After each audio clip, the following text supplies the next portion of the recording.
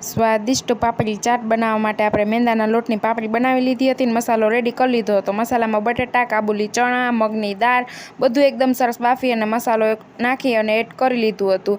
અહીંયા પાપડી લઈ લીધી હતી અને પાપડીમાં આપણે બધો જ મસાલો એડ કરી દઈશું।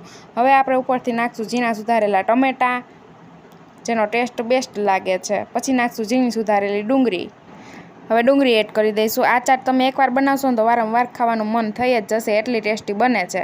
હવે નાખશું આપણે ગ્રીન ચટણી, જે લસણ, મરચાં અને ધાણા ભાજીથી સ્પેશિયલ બનાવેલી છે, એકદમ ટેસ્ટી લાગે છે।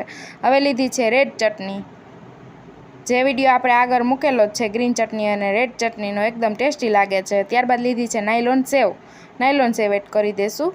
તો તૈયાર છે આપણી એકદમ સરળ રીતે અને મિનિટોમાં બની રહે એકદમ સ્વાદિષ્ટ પાપડી ચાટ। વિડીયો ગમ્યો હોય તો વિડીયોને કરી દેજો લાઇક, શેર અને ચેનલને સબસ્ક્રાઈબ, જેથી અમારી અવનવી રેસિપી અને અવનવી વાનગી તમારા સુધી મળતી રહે।